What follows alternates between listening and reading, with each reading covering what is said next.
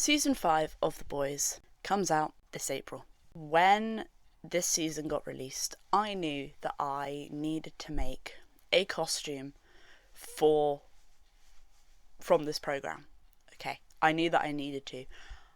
I fully assumed that I would already make Starlight's costume or Queen Maeve's costume in December, January time. Our family gazebo broke. Just broke. I mean, we've had it for ages, so yeah, it made sense why it broke, but it broke. And we had the remains of a gazebo on our outside patio for ages. I say ages, like a couple of weeks. It was Christmas at the time that I think it broke, and we just thought, now we'll deal with that after Christmas. I remember sitting down in the living room looking out at the patio, and I saw this gazebo, and I thought, that is the perfect colour for Homelander. Was I going to make Homelander? No, I wasn't. Homelander wasn't even an idea because his costume is so technically extravagant, that's not the correct terminology, but we're going with it, that I didn't even think it was in the question. Okay. I saw the gazebo and I thought, that's what I need to make. Not want, need. I need to make Homelander.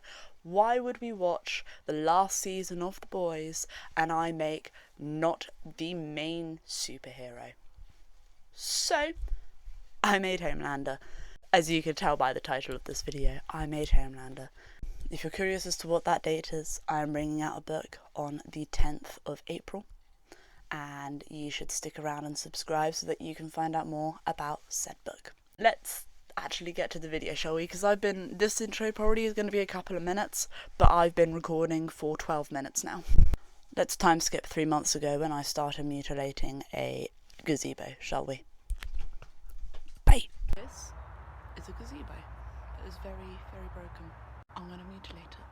So, due to the fact that it was January when I decided to do this project, it was very, very cold, and it had been raining because 1, January, 2, I live in England. So this was completely drenched. So I ended up, once taking it off the metal frame, I ended up having to hang it up on the washing line to get rid of some of the rainwater from it. Can I give up? Do you guys want this video? I don't think you want this video. I have to make this. Just a pre-warning, if for any reason you are making a costume, outfit, or whatever out of the material that you use on a gazebo, your cats will try and help you. They will love it. As you can see, my cats loved helping me whilst I made this. They ended up leaving, and I don't think I've ever shut the door so quickly. They still love it. It's the materials in my room, and they still love going over and playing on it. So I got the front piece and the back piece, and I put them right sides together, and I pinned them. I wanted the lighter part of this material to be the outer part, so I put those two pieces together. And I then realised that his neckline was different and not just a normal hole shape, so I ended up trimming it and cutting it to accommodate for his neck line, and then I went and I tried it on. I think it's a bit small. I need to make it bigger, but only a smidge. I apologise for that previous jump scare. I made the hole a bit bigger, retried it on. Once I tried it on, I made note of where it was not tight enough, where it was too tight, and I made adjustments where necessary before I sewed the front and back piece together. I did the sleeves off screen because I hate doing sleeves with a burning passion. This is what we got so far. I think it looks quite nice. I'm going to make the trousers, then I'm going to make the flap, then I will paint it all, and then I'll do the accessories and the cape. So this will be the fourth time I've ever made trousers, and the first time was when I did my Chucky cosplay. I made some dungarees and they turned out alright. Second time was when I made my birthday trousers and they ripped halfway through the day. The third time I wanted to overcompensate and make some trousers that would actually fit and not rip, and I overcompensated so much that I think that they would fit the robot from Squid Game. So I don't have the best track record when it comes to making trousers, and I don't think I did any better with these ones, but I'm improving.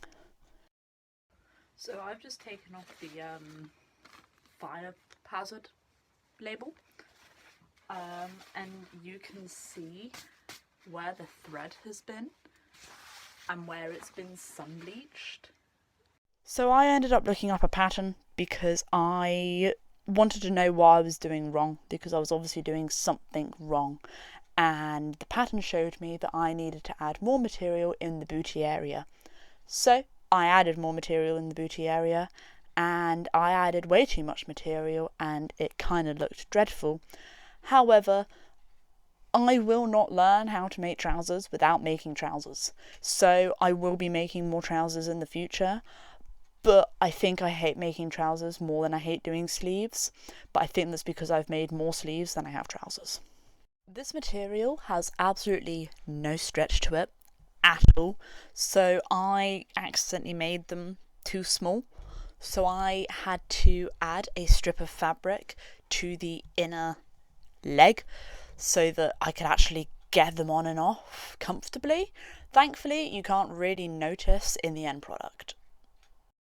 So I got the left leg and the right leg, and I sewed them together to make a pair of trousers, you know, as you do when making a pair of trousers.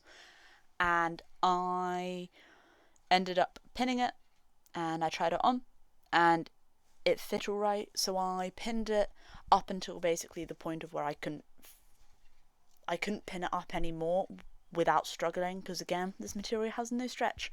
So I then added a couple of poppers onto the back so that I could get this on and off, and then I sewed up the length of the crotch. I got the shirt that I'd made, I got the trousers that I'd made by this point, and I started painting them with some blue paint that my aunt had given me.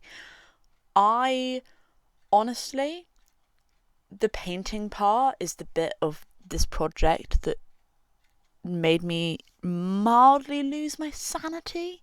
I'm not gonna lie. So much painting, but I did realise that I probably didn't need to paint everything.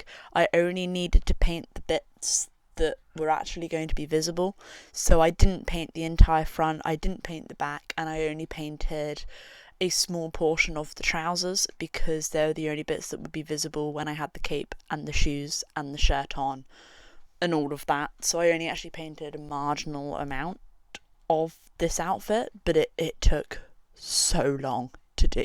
So I got a blue piece of fabric, I got a red piece of fabric, and I cut out 2 squares. I cut out the red piece marginally bigger by like half a centimetre bigger than the blue piece, because then when I turned it right side out, it would have the overlapping effect that his weird flap thing has. So I did it like that, because I don't know if that's how you meant to do it, but that's how I did it, and it turned out alright. I just spent about 45 minutes doing this.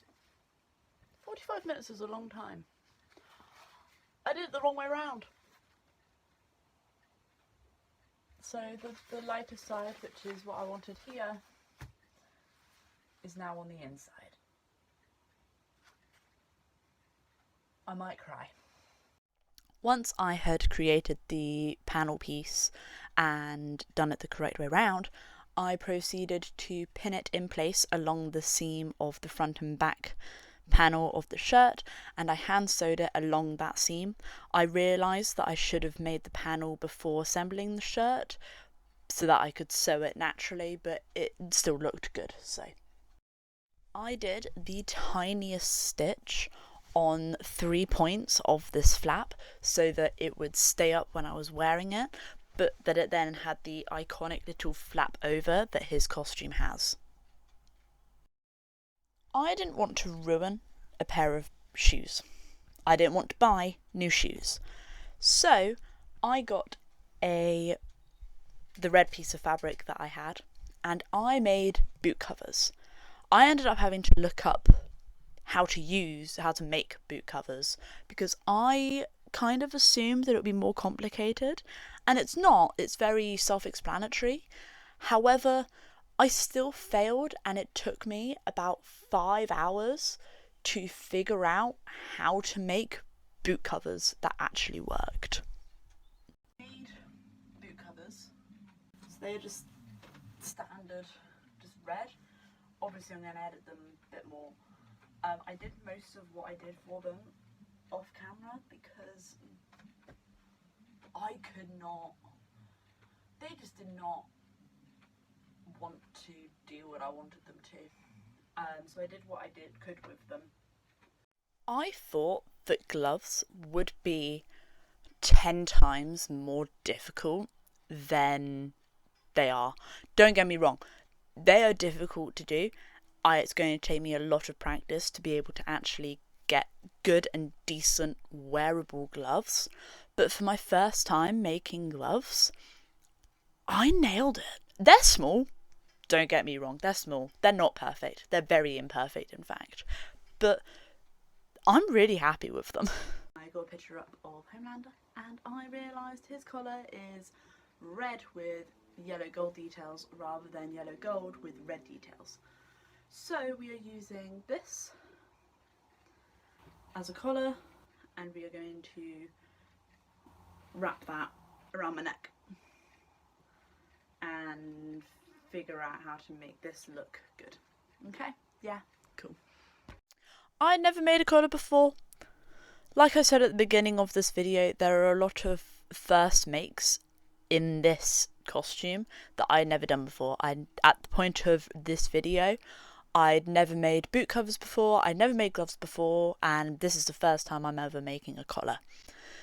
And I don't know if I did it the right way, but I don't think I did it the wrong way, if that makes sense. I cut out 2 identical pieces in the shape of his collar, sewed it along the top edge, folded it right side out, and then sewed it into his actual collar of the neckline of his outfit. Been a while since I worked on this because I was making other things, and then I was doing other things on other social media, which you should totally follow me on if you don't already. Lots of things basically go on the way of me making this, which I knew that they would, because I was doing that. I was making a book cover, which I'm excited to tell you guys about, but not yet. I don't know how long this video is, but I feel like it's really long, and I apologise. I'm trying to cut out the nonsense that I'm speaking as much as I physically can. You want to get your bedsheet that you use for your Wuthering Heights costume, and you want to cut it into a rectangle, then cut a semicircle out the top so that you can make a cape. This is the eagle. I didn't know 100% what I was doing, so I wanted to make it off screen so that I knew vaguely how to make it. And now that I have done that, I will show you with this and wherever I put it, these, because that's what I made this from. As you can see, we got the hair dye bit here, and then we got the brooding bit here. So I'm going to show you how I made this out of these. These eagles, once I'd paper mache'd them and put them together, might be the cutest thing I've ever made. I love them. They fill me with a lot of joy. I paper mache'd the top piece and the bottom piece separately so that when I put them together you could see the feathers a little bit better than if I just paper mache'd it into one big paper mache. I then proceeded to get the gloves, and I painted the red detailing onto the gloves that he has, and then let them dry. At this point in the project, I really didn't want to do any more sewing if I didn't have to, so I cheated and I hot glued the hem.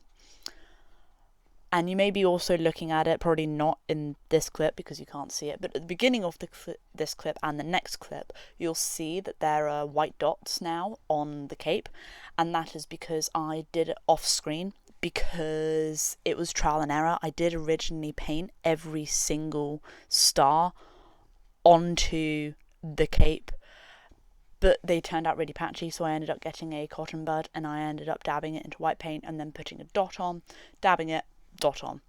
You'll then see that I am painting on the red stripes onto the back of his cape before I got the other pieces that I had made off screen, because again, trial and error, I was doing it and I spray painted them all gold, and with that I think that's everything done, which means it's montage time.